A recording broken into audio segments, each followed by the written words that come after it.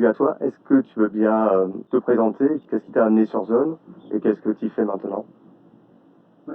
Moi, je m'appelle Pablo et du coup, j'ai commencé à fréquenter la zone en 2017. Ok. Je suis arrivé lors de journée portes ouvertes. C'était assez sympa. J'avais une collègue de cette boîte un peu gerbante qui est Decathlon qui m'avait proposé en salle de pause d'aller portes ouvertes de la date en 2017, juste alors que on venait d'avoir un débat houleux où on était à peu près deux à dire quand même il y a des salamandres de zone humide et on n'a peut-être pas besoin d'un aéroport contre le reste du magasin qui était en pause et qui était en mode maintenant avec croissance, ouverture sur l'international, tout ça, tout ça. Du coup c'était un peu drôle, on avait sympathisé autour de ce truc-là et on s'était proposé de venir à ces portes ouvertes et moi c'est un peu été un choc de me dire ah ouais mais en fait j'ai l'impression qu'il y a plein de gens qui vivent ce truc que je ressens un peu de manière solitaire au fond de moi, on a l'impression d'être un peu tout seul et que c'est en décalage par rapport à ce qu'est le vrai monde. En fait, il y a plein de gens qui font ça et qui essaient de le mettre en œuvre et ça a l'air fou.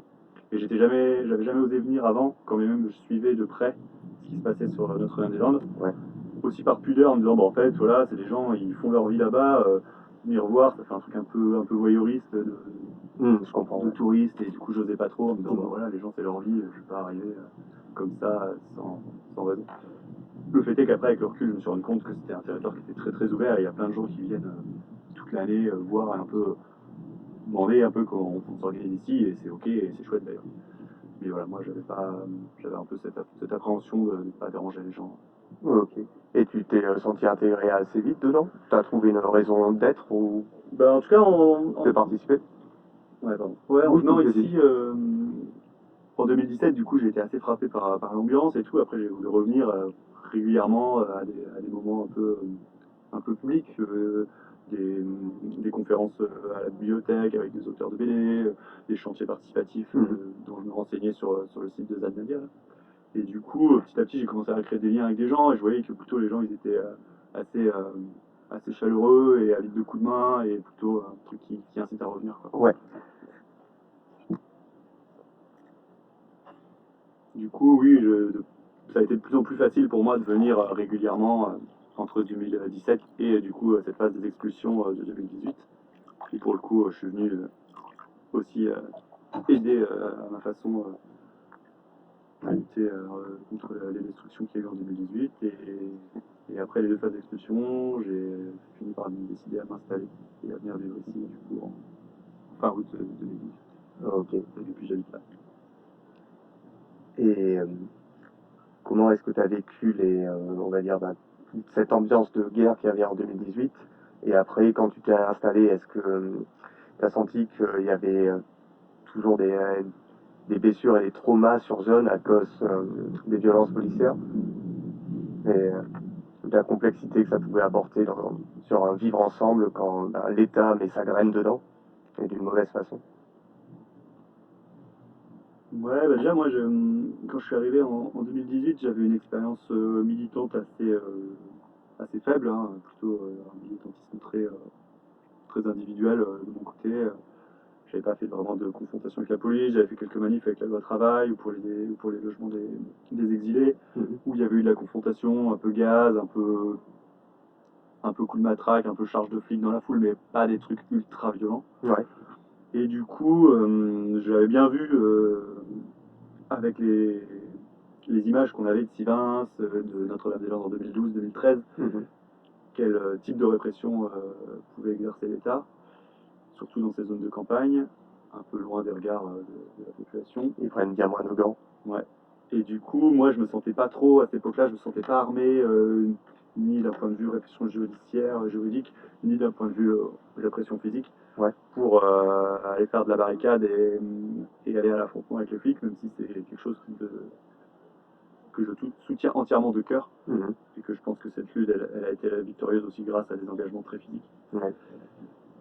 Mais du coup, moi j'ai fait un peu ce truc qui me semblait être un entre-deux et qui m'allait bien, c'était d'accepter la proposition d'un pote que j'avais rencontré ici, qui était secouriste, et qui m'a proposé d'être binôme médic avec lui. Ok. Du coup, moi j'avais juste le CHSCD 1 de premier secours là. Ouais. Et du coup, je me suis dit, ah oui, c'est chouette ça, j'ai l'impression que c'est un truc où c'est pas de la confrontation directe et je vais me rendre utile et ça va être Ouais. cool. Ouais, ouais. Et du coup, j'ai fait ça, mais clairement, j'étais pas du tout préparé.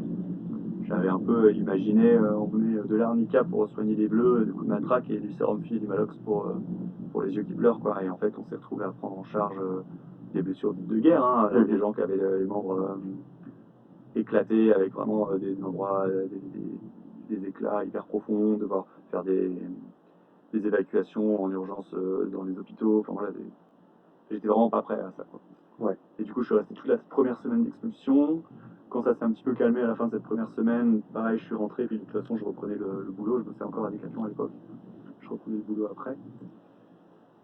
Et je me suis rendu compte que j'étais assez traumatisé parce que arrivé chez moi, dans la solitude de la petite maison que j'habitais là, c'était un truc de malade, quoi. Je me sentais hyper fatigué. Je me suis retrouvé à me mettre à pleurer en échappant un œuf et en le laissant se casser par terre. Et du coup, je me suis rendu compte que j'étais Ouais. vraiment dans un truc de post-traumatisme assez fort, qui a mis pas mal de temps avant de se métaboliser. Mhm.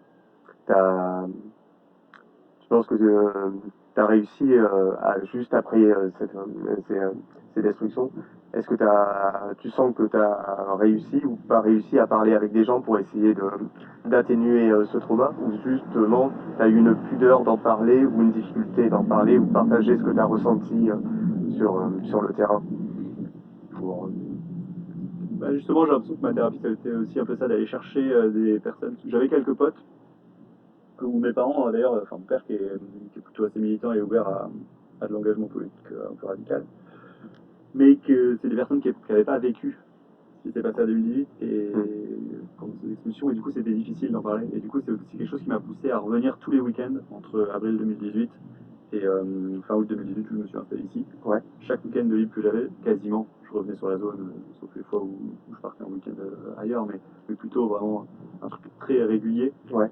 histoire de retrouver aussi des personnes avec qui on avait partagé ces choses et des personnes avec qui on pouvait parler de ce qui s'était passé et aussi de voir un peu comment ça se reconstruisait, comment les énergies étaient en train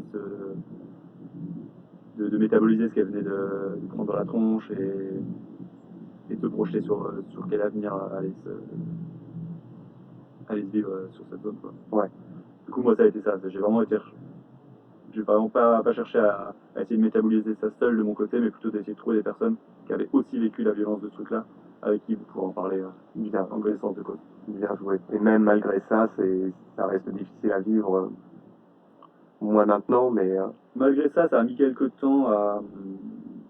J'ai mis quelques temps à me métaboliser vraiment et à me sentir en syndrome post-traumatique. mhm. Et je dirais même qu'aujourd'hui, j'ai un effet un petit peu dégueulasse de ce monde, c'est que en fait, presque j'ai assimilé ça comme quelque chose Normal. de Ouais. normal, quasiment. C'est une insensibilité, pas une insensibilité, mais être moins, moins choqué par des violences. C'est, Ouais. Exactement. Et tu vois, typiquement, là, sur les manifestations contre les vaccins de Sainte-Soline, en octobre puis en mars, il y a eu énormément de blessés avec des seuils de gravité similaires. Et voilà, il y a une espèce de presque d'acceptation. Alors on sait bien que politiquement, il faut le dénoncer et s'élever contre ça.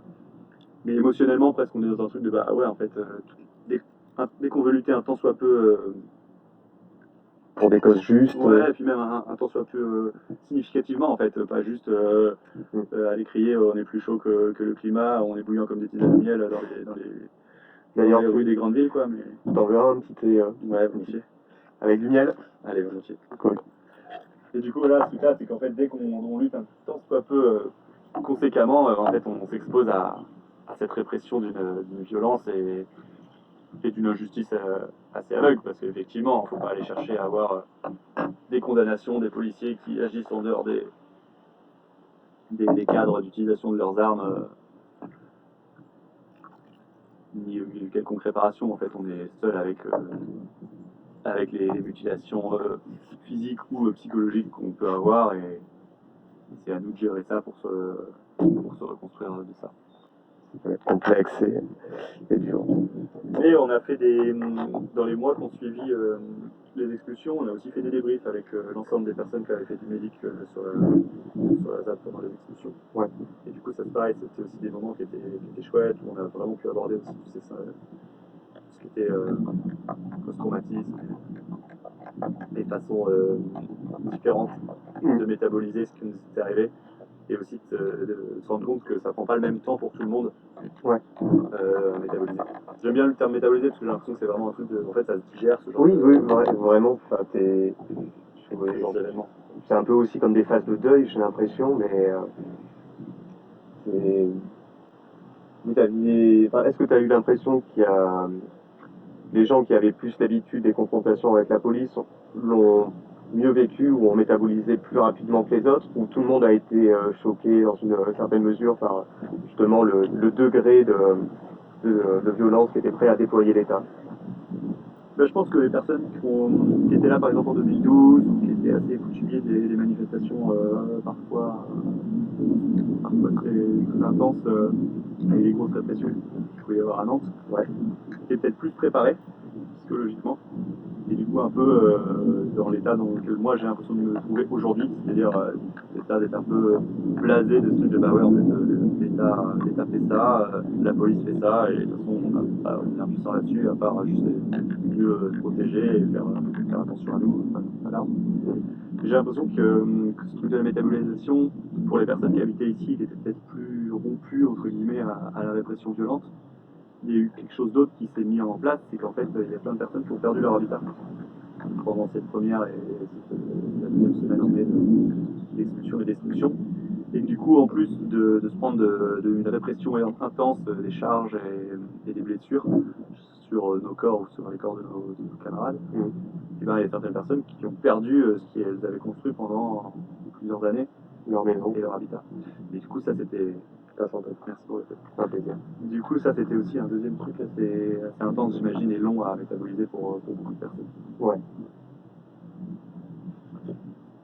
Et t'es pas surpris, Sivans, c'était en 2014, moi j'ai encore retrouvé, j'y suis passé au début de l'année, j'ai encore trouvé des palets lacrymaux et des restes de grenades, donc ça va presque faire 10 ans.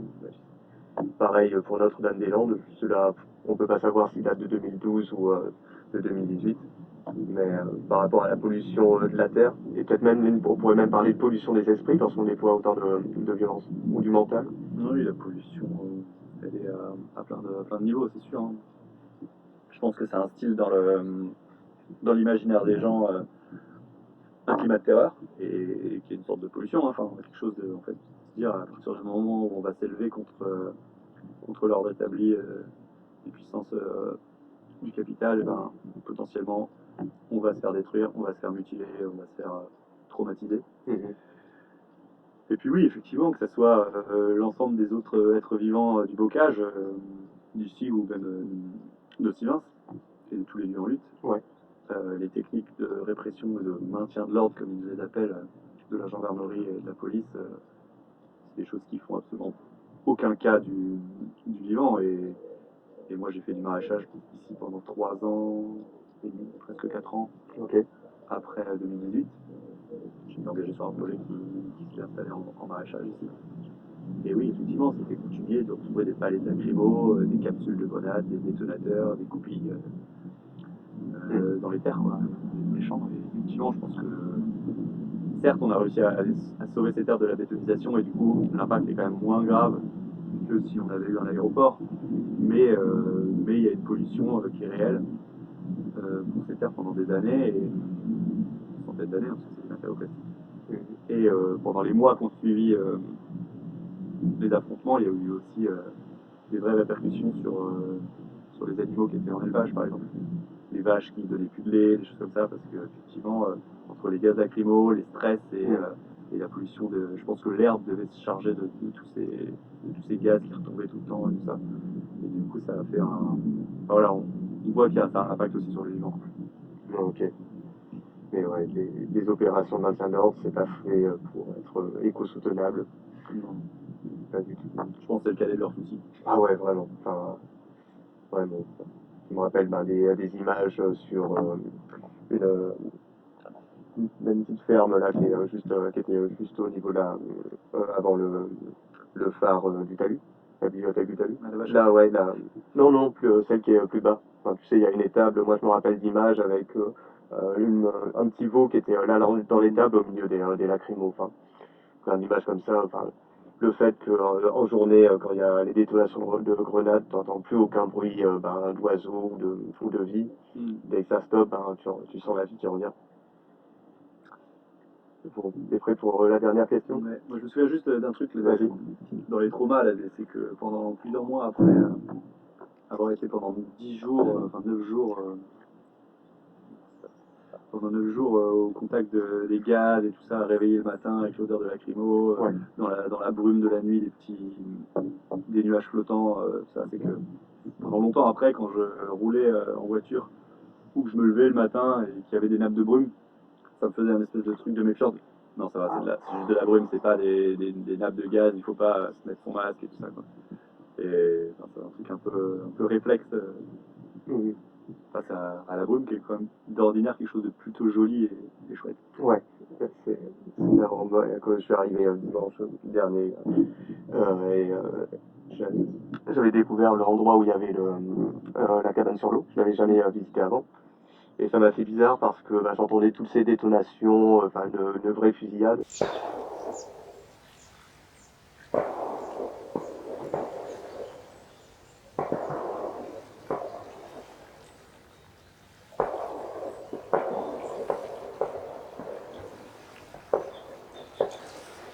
Et en fait, c'était Weekend Ball Trap à côté de la zone. Ça m'a fait aussi bizarre. Et du coup, ça se reproduit une ou deux fois par an, c'est ça? Ok, très bien. Bon, tu es prêt pour la dernière question? Est-ce que tu aurais un conseil à donner pour les jeunes générations? Une forme de bouteille à la mer ou quelque chose d'impérissable pour les enfants de demain? Comme conseil. J'ai l'impression que moi-même, je suis arrivé là-dedans tellement peu préparé à ce que j'allais vivre que j'aurais du mal à me sentir la prétention de donner un quelconque conseil.